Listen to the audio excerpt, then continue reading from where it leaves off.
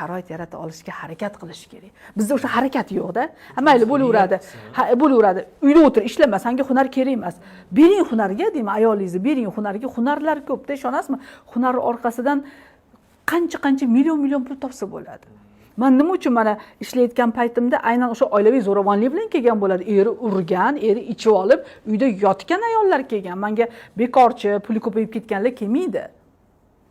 O'shani bitta ishlab turib, bu orqali oilasini tinchlik xotirjamligini ta'minlash, bilasizmi, qanaqangi baxt inson uchun. O'sha zo'ravonliklar ham tinchib ketadi. Chunki ayol harakatga tushdi, uni ortidan o'sha erkagi ergashdi. U uchun u xotin quli yoki qo'pol qilib aytaman, endi aytishim mumkin emas, hezalay bo'lgani yo'q. U erkak.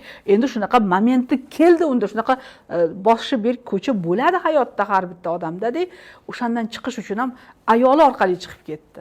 Qarasa ayoli harakat qilyapti, qarasa ayoli pul olib kelyapti, ozgina yig'inganidan keyin oldindan to'lov qilib bitta mashina olishyapti. Mashinada eri Yandexga chiqib ketyapti. 1 yillik ichida hayoti shunaqangi bir yaxshi yo'lga tushib oldi. Bu ko'p, hammasida shunaqa.